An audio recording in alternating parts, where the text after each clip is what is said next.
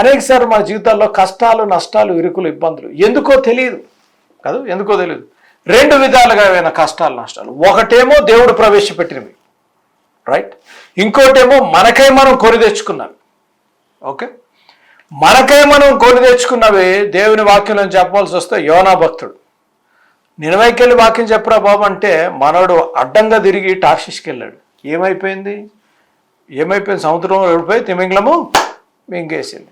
మనకై మనం అప్పుడు కళ్ళు తెరుచుకున్నాడు తిమింగలం లోపల, అయ్యి బాబా ఇక్కడ ఉన్నానేంట్రా బాబు, ప్రభా నన్ను క్షమించనైనా నేను వెళ్తాను నువ్వు చేసిందని. అలాగా తమ్ముడు చెల్లెలు కూడా సొంత నిర్ణయాలు తీసుకొని సొంత ప్రయోగాలు చేసి నష్టపోయి గుండె వేదన, గుండె గాయమై మనస్సు, హృదయము, శరీరము చెడిపోయి ఉన్న నేపథ్యంలో దేవుడు మరొక అవకాశం ఇస్తాడు.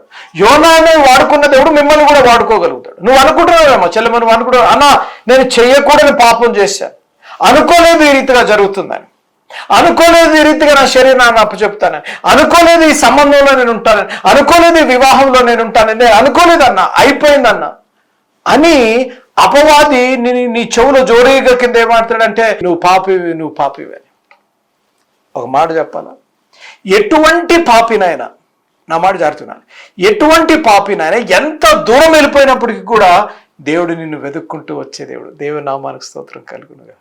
ప్రభువారు ఒక్క గొర్రెపిల్ల గురించి 99 గొర్రెలు విడిచిపెట్టి ఒక్క గొర్రెపిల్ల గురించి నశించు వారిని వెతికి రక్షించుటకు ప్రభువారు వచ్చారు.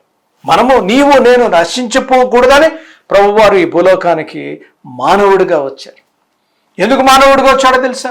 నీ బాధను అర్థం చేసుకుంటాను, నీ కన్నీరు అర్థం చేసుకుంటాను, నీ తృణీకరణ అర్థం చేసుకుంటాను, నిన్ను హేళన చేశారేమో ఆ హేళన దేవుడు అర్థం చేసుకునే దేవుడు, నీ చేయి విడిచిపెట్టారేమో ఆయన అర్థం చేసుకునే దేవుడు. నీవు ఏదేదైతే అనుభవిస్తున్నావో అన్నీ ప్రభువారు అనుభవించారు. కాబట్టి నిన్ను పర్ఫెక్ట్గా అర్థం చేసుకోగలిగిన దేవుడు ఎవరైనా ఉన్నారు అనగా ఆయన పేరు యేసు ప్రభు.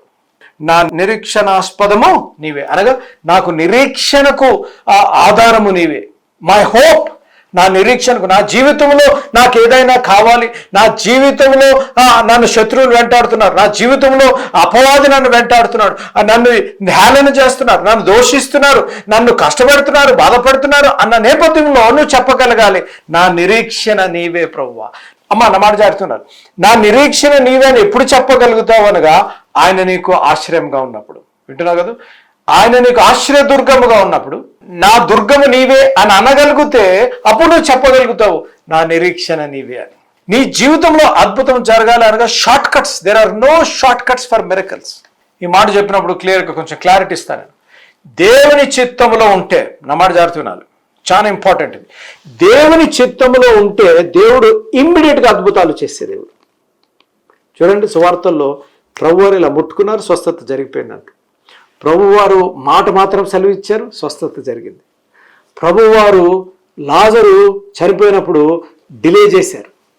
యెహోవా దేవుడు హన్నా ప్రార్థించగా డిలే చేశారు. యాకోబు జీవితంలో డిలే చేశారు, దావీదు జీవితంలో డిలే చేశారు, అబ్రహాము జీవితంలో డిలే చేశారు, సంసోను జీవితంలో డిలే. ఈ రీతిగా ఒక్కోసారి ప్రభువారు ఇమ్మీడియట్గా నీ ప్రార్థన ఆలకిస్తారు. నీ ప్రార్థన ఒక్కోసారి ఆలకించబడుతుంది, ఒక్కోసారి ఆలకించబడదు.